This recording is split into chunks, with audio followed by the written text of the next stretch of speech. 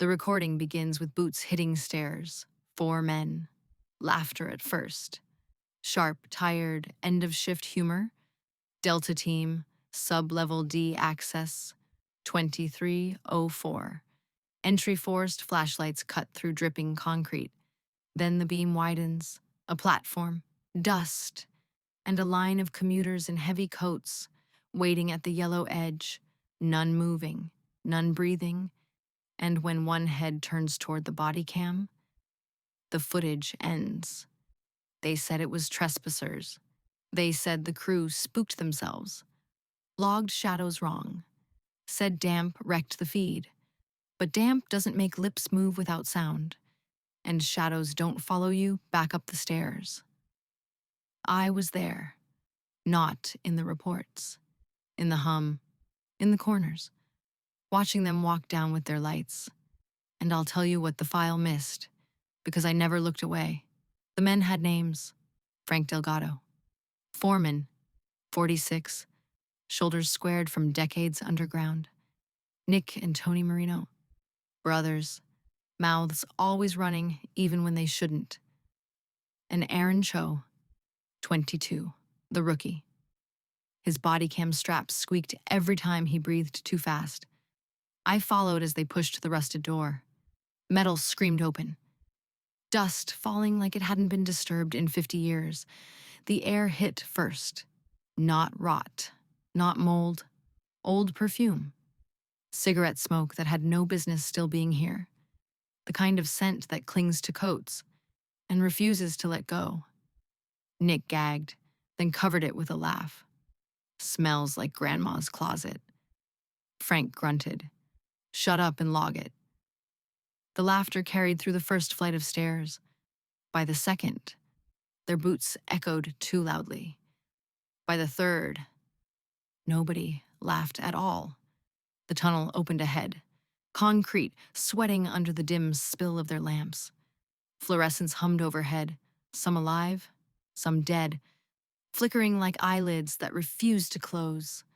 Water dripped somewhere deep, every sound magnified. Frank kept his radio at his belt, hand brushing it every few steps.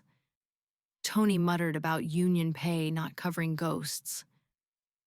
Aaron's cam caught his own hand shaking as he tightened his grip on the strap of his vest. And then, the platform. The clock hung crooked above it, frozen at 11:47. The rails, veined in rust. Benches blanketed in dust thick enough to carve words into. Aaron whispered into his mic, "Deadline." Nothing down here, but his light swept left, and they all stopped. Not rats, not trespassers, commuters, dozens of them, men in fedoras, women in heavy coats too warm for August, children clutching paper bags like the train might arrive any second. All perfectly still, all eyes locked on the tunnel mouth. Aaron croaked out, mannequins." But mannequins don't tilt their heads together when you speak. Frank's hand brushed his radio, just the pressure of a thumb on the mic. And every head snapped toward him. The sound on the feed spiked, not static. A voice warped from beneath the platform itself. "Next arrival? Delayed?" The words vibrated through the tiles. The crew flinched as one. Tony cursed, stumbling back. His beam swung wild, landing on a woman in a red scarf. Her lips were moving, not words, numbers, a time that didn't exist on the broken clock above them. Then the hum, rails thrumming low, deep, like a train was pushing air toward them, but no vibration shook the ground. No light split the tunnel. Frank barked, "We're leaving, now." But when they turned, the commuters moved, half of them stepping forward, feet sliding without sound. Shadows left behind on the yellow line. The men froze. Frank's jaw clenched. Nick swore under his breath. Aaron lifted his light with a hand that wouldn't stop shaking. And that's when he saw it. A vending machine near the stairwell. glass fogged with dust. For 1 second, it gave him back not his reflection, but hers. He dropped the camera. His scream filled the feed. The official file ends with 3 words: transmission incomplete. But I was there. I saw the rest.